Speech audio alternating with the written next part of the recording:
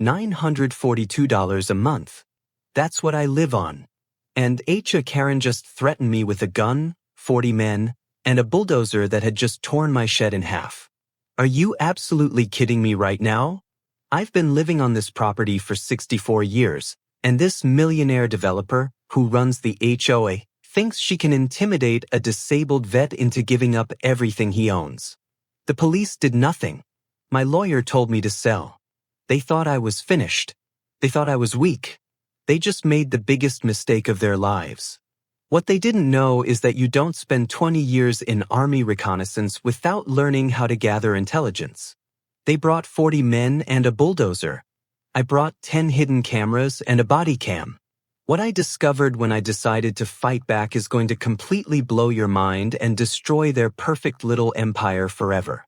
Trust me when I say you have never seen justice this absolutely satisfying. Drop a comment below. Has a rich neighbor or an HOA ever tried to bully you this outrageously? That Wednesday morning started like any other. I was out back, sitting on my small concrete porch, watching my two little terriers, Buster and Pip, chase a squirrel. It was quiet, peaceful, the only home I'd known for 64 years. My disability check for $942 had just cleared, and I was making a list: dog food, a new filter for the small above-ground pool, and maybe some wood to finally fix the squeaky porch step. Nothing unusual there. Except, at 9:15 a.m., the ground started to shake. It wasn't an earthquake. It was a low, diesel rumble that got louder and closer. Buster and Pip started barking like mad, running to the back fence. I grabbed my cane, my knee screaming in protest, and pulled myself up. My heart was hammering. And then I saw it. A massive yellow bulldozer, its engine roaring, crashing right through my back chain-link fence. I just stood there, my mind unable to process it. The machine didn't stop. It plowed right into my little swimming pool, crushing the metal walls like a tin can. The water exploded outwards. It kept going and tore my metal awning clean off the side of the house. Then it turned and drove its blade through my tool shed, cutting it in half. I was screaming, "Stop! What are you doing? That's my property." The bulldozer's engine idled, and that's when I saw her. Karen. She wasn't marching with a clipboard. She was stepping out of a gloss black Range Rover, wearing a bright yellow hard hat like it was a fashion accessory. She had 4 or 5 men with her, all in matching construction vests, and one, the big guy with a radio, had a gun holstered on his belt. "Mr. Arthur," she announced, her voice bored, like I was wasting her time. "I'm Karen Thorne, president of the HOA. We're here to reclaim community property.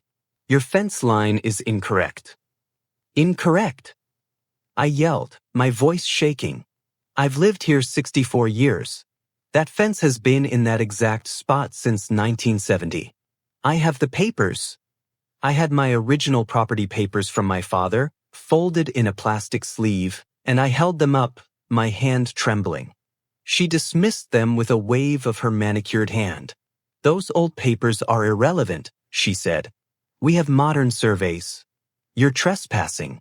All of this," she gestured to my ruined shed and pool, "is encroachment." "That was my pool," I shouted. "That was my shed. You've destroyed my property. I'm calling the police." And that's when the man with the gun stepped forward. He looked at Karen, she gave a tiny, almost invisible nod, and he just laughed in my face. What? He sneered. "Go F yourself, old man. There's nothing you can do about it." Karen just smiled that cold, dead smile. "My crew will be back tomorrow to finish clearing my land, and I'd advise you to stay inside.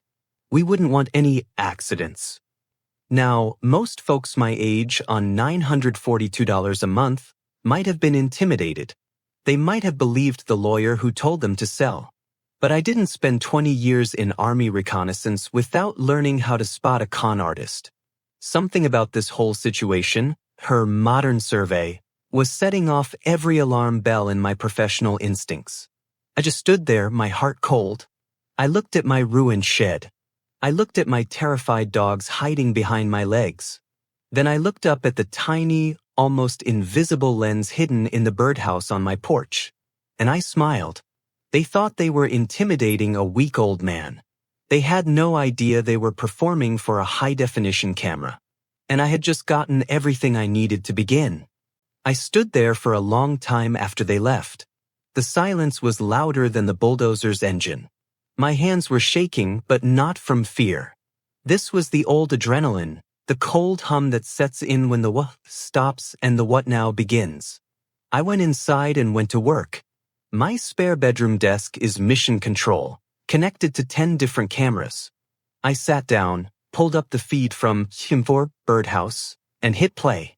It was crystal clear, 1080p. Audio perfect. I watched the bulldozer, the pool crumpling, the shed ripping in two. I zoomed in on Karen's arrogant face.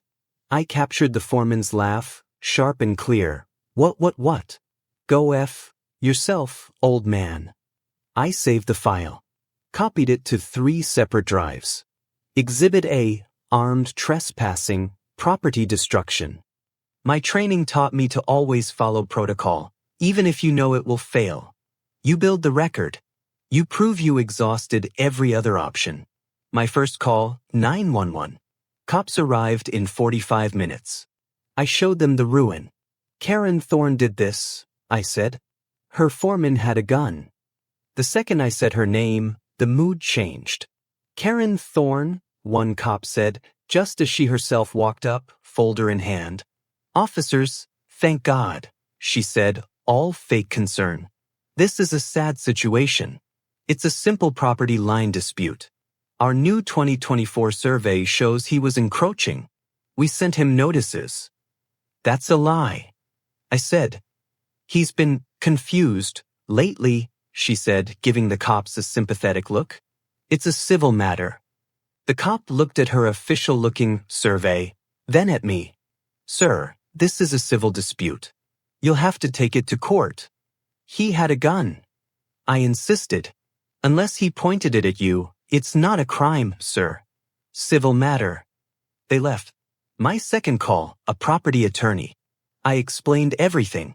Then I said her name. Karen Thorne. Long silence. Son, he said, his voice tired. So, Thorne is this town. Her husband's a judge.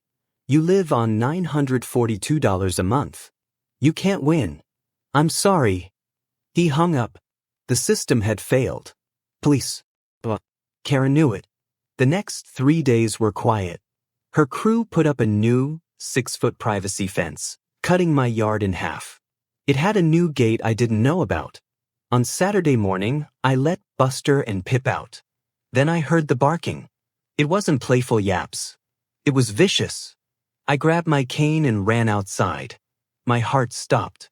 Karen's 2 massive pit bulls were in my yard. They had Pip. Buster was trying to defend him. I screamed, swinging my cane, Get out. One lunged. I hit it hard across the head. It yelped, but it was too late. They'd already killed Buster. Pip was gone. Standing on the other side of that open gate was the foreman. Cold dead look. Shoulda kept him on a leash, old man, he said. He whistled, the dogs ran back, and he latched the gate. I collapsed. I called animal control, sobbing. They came, took my report, and went to Karen's. I watched the foreman lie to their faces, shrugging. The officer returned. Sir, I'm sorry. He says your dogs dug under the fence and his dogs were just defending themselves. That's a lie. I screamed. He opened the gate. I saw him. Do you have any proof of that? A witness. I stared at him. No, I whispered. No witness. My hands are tied, sir. That night, my house was silent. I was completely alone. I sat at my desk, took out my old service pistol and just looked at it. Then I looked at the monitor. I put the pistol down. I clicked the mouse. I pulled up the feed from Team 7 fence line, a camera I'd hidden in a hollow tree stump. I hit play. It wasn't an accident. It was conspiracy. The footage was sharp. It showed the foreman walk up to the gate. He looked left, looked right at my house. Then, slowly, deliberately, he unlatched the gate, opened it, and whistled. He stood there, arms crossed, and watched the entire attack. He watched me run out. He watched his dogs kill mine. I saved the file. Copied it. Backed it up. I labeled it Exhibit C, Conspiracy to Commit Felony Animal Cruelty. I put the pistol away. I didn't need it. Karen thought this was a civil dispute. She thought she was fighting a weak, old man.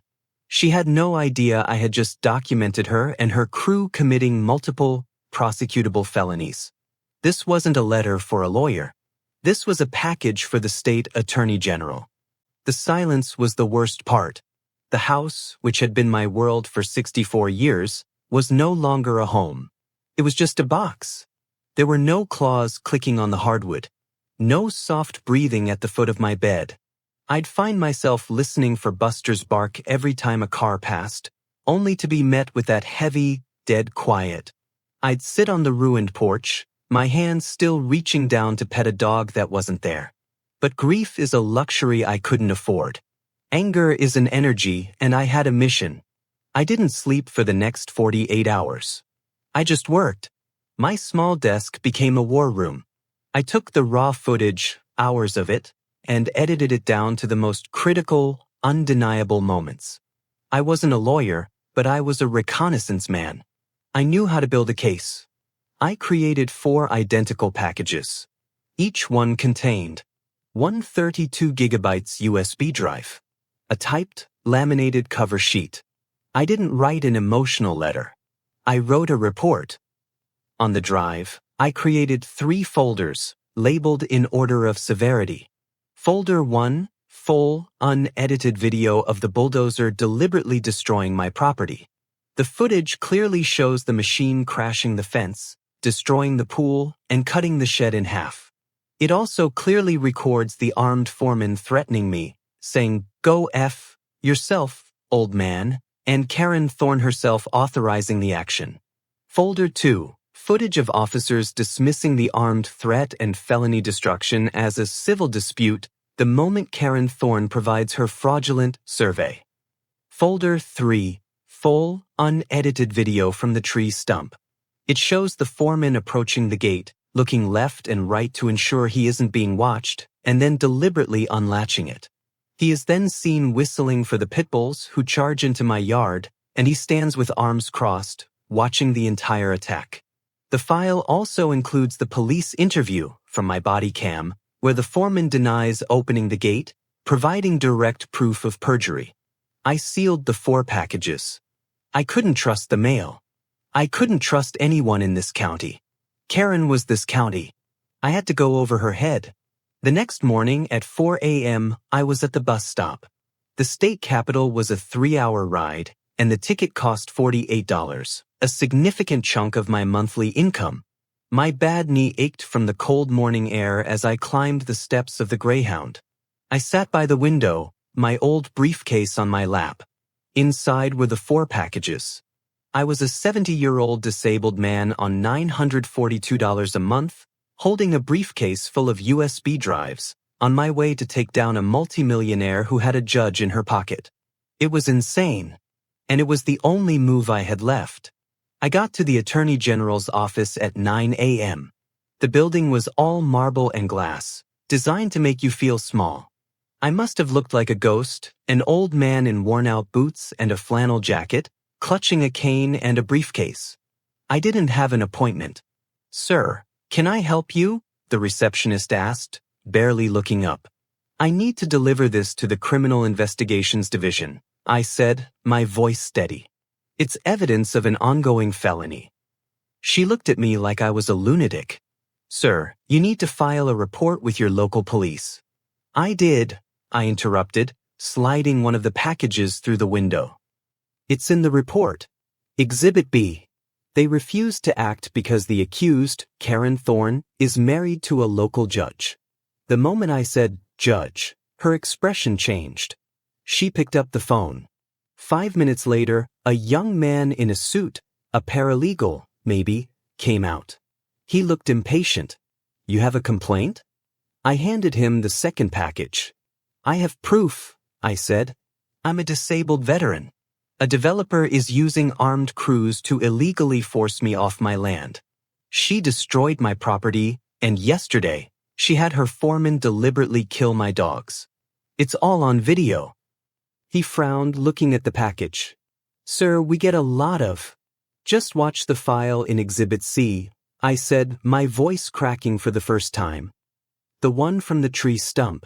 Please, just watch it. He looked at me, then at the package. He saw something in my eyes. Maybe it was the desperation. Maybe it was the exhaustion. He nodded slowly. I'll make sure this gets to the right desk, Mr. Coleman. I promise. I had done it. I had fired my missile. The 3-hour bus ride home was agonizing. I was exhausted, my knee was on fire, but it was done. All I could do was wait. I got off the bus as the sun was setting. I turned the corner onto my street, and my heart stopped. There was a truck in front of my house. Not Karen's truck, but a city code enforcement truck. And one of Karen's 40 men, a different one, in a different uniform, was nailing a sign to my front door. I ran as fast as I could with my cane. Hey, what are you doing? The man didn't even look at me. He hammered one last nail, got in his truck, and drove off. I looked at the sign. It was bright, fluorescent orange. Notice of condemnation. This structure has been deemed an imminent hazard and unfit for human habitation. You have 72 hours to vacate the premises. I ripped it off the door. My hands were shaking. I walked around the side of the house and my stomach dropped. A 4-foot by 4-foot hole had been smashed in the side of my foundation. My main power line, which came into the house from the ground, had been cut with an axe. They had done this while I was gone.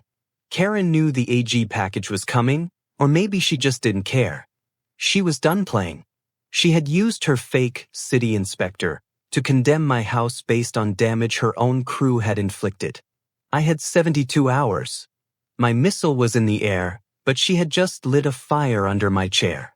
It was a race, and the clock was ticking. 72 hours. That's what the bright orange sticker said. 72 hours. It wasn't a fine. It wasn't a warning. It was an eviction. An execution order. I stood there on my ruined porch, in the freezing cold, the ripped-up condemnation notice shaking in my hand. My power line was cut. A 4-foot hole was smashed in my foundation. The bus ride to the Attorney General's office had been my grand, strategic maneuver. This was the counterattack. And it was brutal. Karen wasn't just trying to win in court. She was trying to make me disappear before the AG's office even opened my file. She was going to tear my house down around me, and with a condemned sticker on the door, it would all look perfectly legal. I felt that cold, familiar knot in my stomach. The one you get when you're cut off from your unit, the radio's dead, and you know the enemy is in the wire. You don't panic. You dig in. I went inside. The house was already colder. The silence was absolute. I fumbled for the light switch by the door, a pointless reflex. Nothing. I lit the old kerosene lamp I kept for emergencies. Its yellow light cast flickering, monstrous shadows on the walls. I walked to my desk. My computer tower, my fortress of data, was dead. The hard drives were silent. She hadn't just cut my power. She'd blinded my primary defenses. My wired, high-definition cameras were all offline. For a second, a cold, pure panic hit me. Had I lost? But Karen didn't know about the backups. You always have backups. From my old Army go bag, I pulled out a thick, military-spec battery pack and an old, offline laptop. My spy work wasn't just about the cameras. It was about redundancy. My two most critical cameras, the one on the tree stump and one on the driveway, ran on their own wireless, battery-backed system. I plugged the laptop into the battery pack. It whirred to life. I pulled up the feed from Sim2 driveway. I didn't need to check the whole day. I scrolled to the timestamp from when I'd been on the bus. 11:30 a.m. And there it was. The city code enforcement truck. It looked official, but I zoomed in on the man who got out. My blood ran cold. It wasn't a city employee. It was the foreman's right-hand man. The one I'd seen on the bulldozer crew, just wearing a different, cleaner shirt. He had a clipboard. He looked around, then knocked on the door, a performance for any watching neighbors. When I didn't answer, he walked to the side of the house, to the exact spot where my foundation was now smashed. Then I switched to him 9 side alley. This one was hidden in a drain pipe. I watched in silent, cold fury as the man pulled an axe from the back of the city truck. He looked at his phone, read a message, and then he just started hacking. He hacked at my foundation like he was chopping wood. He smashed a hole right through the cinder block. He pulled out a pair of bolt cutters and severed my main power line. Then he calmly walked to the front, took the pre-printed "Condemned" sticker, and nailed it to my door. He got in the truck and drove away. This wasn't code enforcement. This was felony vandalism. This was a conspiracy faked from top to bottom, all to create a legal excuse to demolish my home. I saved the new file. Exhibit D, fraudulent condemnation and impersonating an officer. I was in a condemned house, with no power, no heat, and a 72-hour clock ticking down. They'd be back. And this time, they'd have the law on their side. I couldn't call the AG's office. My landline was dead, my cell phone battery at 10%. I couldn't risk leaving. I had no doubt they were watching. I spent the next 48 hours in a cold, dark house. I ate cold cans of beans. I sat in my military sleeping bag, the kerosene lamp burning beside me. I barricaded the front door with my sofa. I was a prisoner in my own home, just waiting. With my last 10% of battery, I did the only thing I could. I compressed the new video, Exhibit D, into a tiny, grainy file. I didn't know who to send it to. The paralegal's email? Would he even see it in time?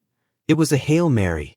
I typed the email, attached the file, and wrote a simple subject line. Subject, 72-hour clock. They are demolishing the evidence. File attached. I hit send. The phone died a second later. That was it. I'd fired my last shot. Friday morning. The 72-hour mark. I was awake. I had been all night. I sat in my recliner, my old, empty service pistol on my lap. Not for them. For me. At 8:55 a.m., I heard them. The rumble. Louder than before. The deep, guttural roar of heavy machinery. I looked out the window. My heart didn't just stop, it evaporated. A new, bigger bulldozer. A flatbed truck. And two local police cruisers. Karen was there. She was standing by her Range Rover, arms crossed, talking to the foreman. She wasn't smiling. She looked bored. Like this was just paperwork. This was it. A local cop, one I'd never seen before, walked up to my ruined porch. He had a bullhorn. Mr. Arthur Coleman. This is the county sheriff's department. This property has been legally condemned.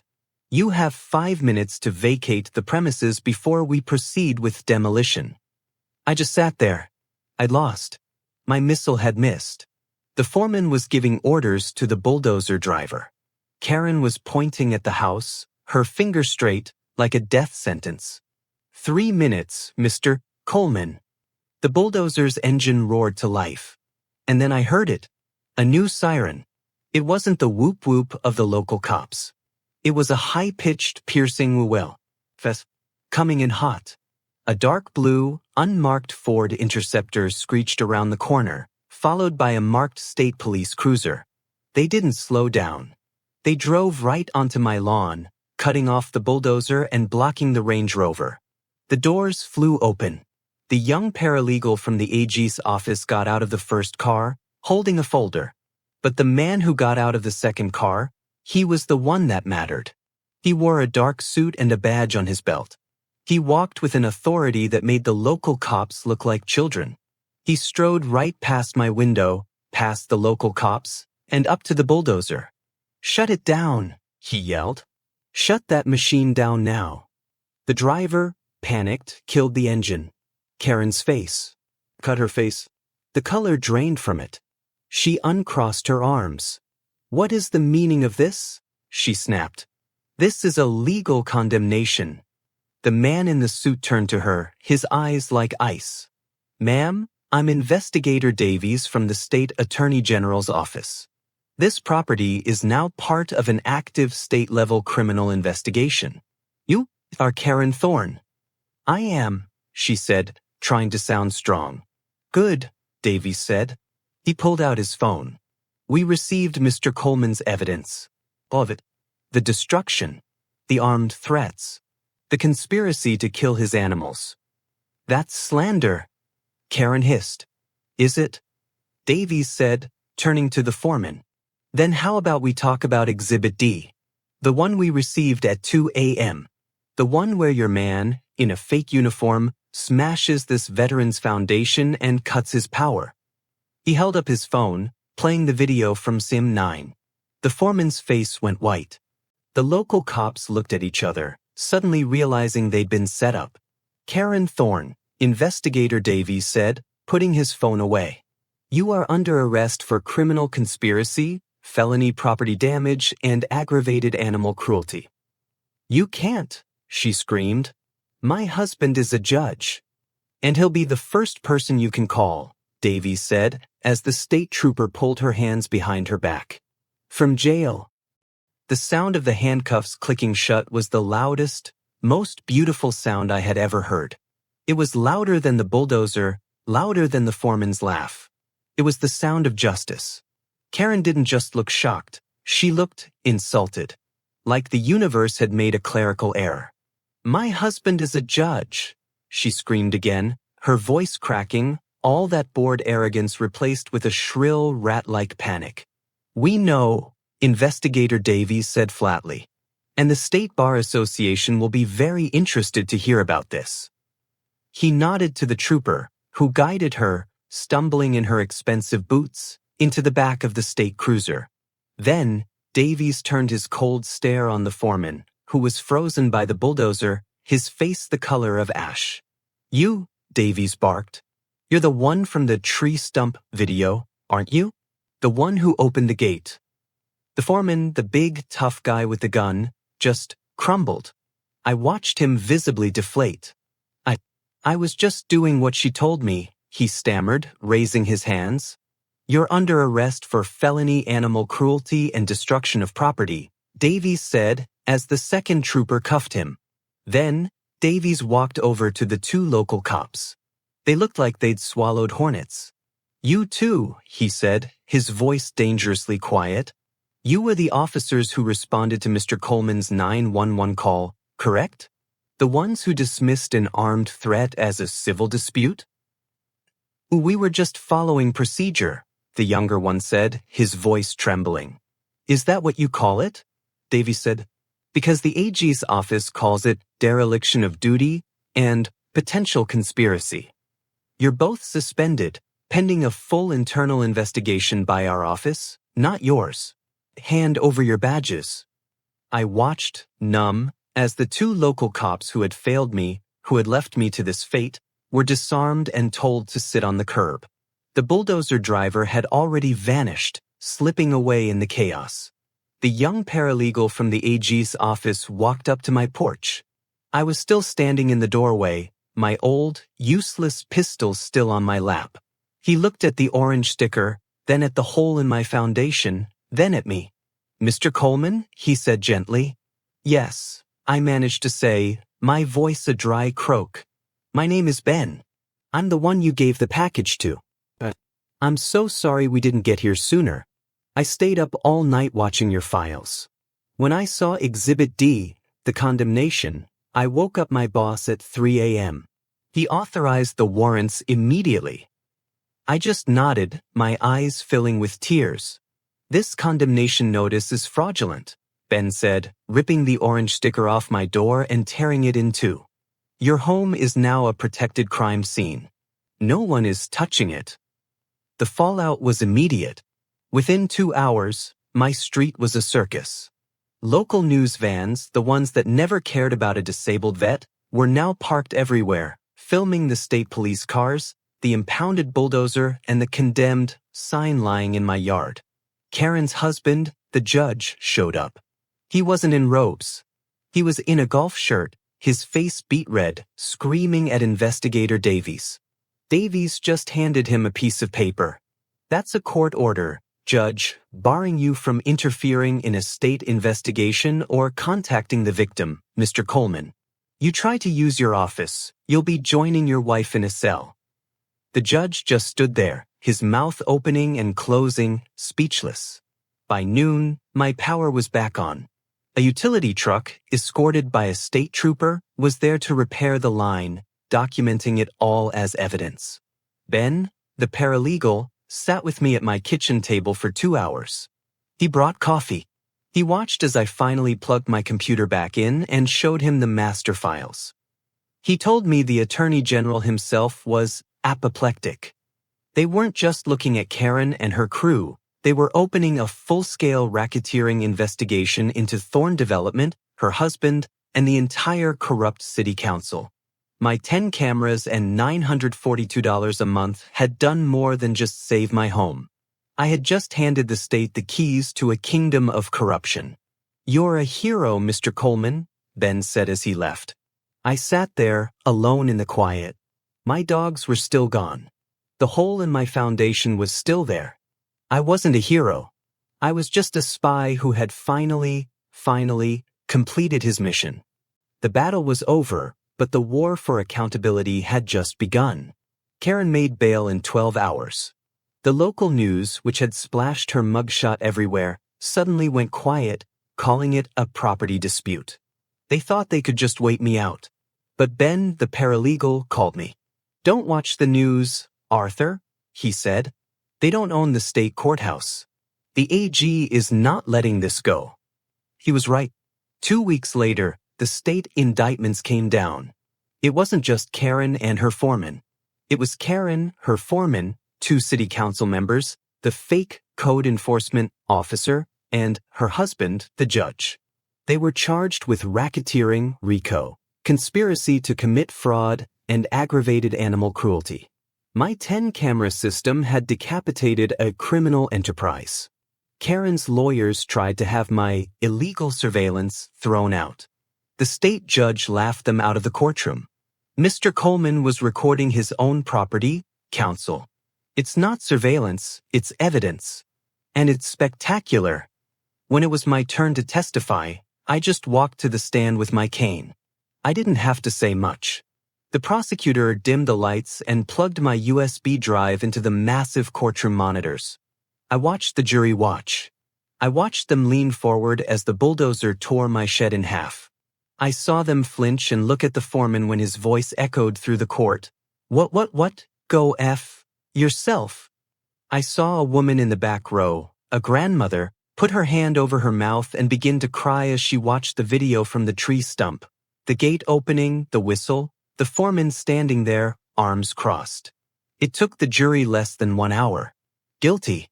On all counts. The foreman, to save himself, had turned state's evidence. He got 5 years. The fake code officer got 3. Karen's husband, the judge, disbarred, disgraced. He was sentenced to 2 years in federal prison for abuse of power. And Karen, the judge looked down at her. "You used your power, your wealth, and your influence to terrorize a disabled veteran.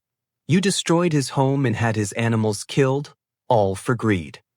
She was sentenced to 10 years in state prison. I just sat there. It was done. I thought about Buster and Pip. No sentence would bring them back. But it was justice. I walked out of that courthouse, not a victim, not a spy, just a man who wanted to be left alone. It's been 6 months since the sentencing. Life is quiet now, but it's a different kind of quiet. It's not the heavy, dead silence of grief. It's the calm, earned silence of peace. The civil suit was a formality. With Karen, her husband, and half the city council convicted on felony charges, her entire empire collapsed. Thorne Development went bankrupt. The court ordered settlement paid for everything. My house, it's a fortress now. The new fence isn't cheap chain link, it's reinforced steel, just like my new foundation. The shed is rebuilt, better than before. The little above-ground pool is back, the water's sparkling clean. But money doesn't bring back what you lost. It can't. It doesn't bring back Buster or Pip. My 10 cameras are still up. In fact, I've upgraded them. I have 15 now. They're a reminder. Karen thought she was fighting a weak, disabled old man on $942 a month. She never understood. She wasn't fighting a man. She was fighting a system. My system. A system built on patience, observation, and redundancy. She thought she was a queen, but she was just a bully who never learned that the quietest man in the room is often the most dangerous. I hear she's appealing from state prison. I don't care. She's just a number now. A few of the neighbors, the ones who were always too scared of her to even look at me, stop by now. They bring pies. They apologize for not stepping in. Last week, one of them, a nice lady from down the street, brought me something. A little terrier mix from the local shelter, trembling in her arms. He's got a bark that's 2 sizes too big for him. I named him Justice. Thanks for listening to my story. It's crazy what people think they can get away with just because they have money and power. If this story of sweet revenge and perfect justice got your blood pumping, smash that like button and let us know what you think. Have you ever had to fight a bully, an HOA, or a neighbor who thought they were untouchable? Share your own David versus Goliath story in the comments below. We love hearing how ordinary people get the last laugh. Until then, remember, know your rights and always check for the quiet man in the corner. You just might be looking at a spy.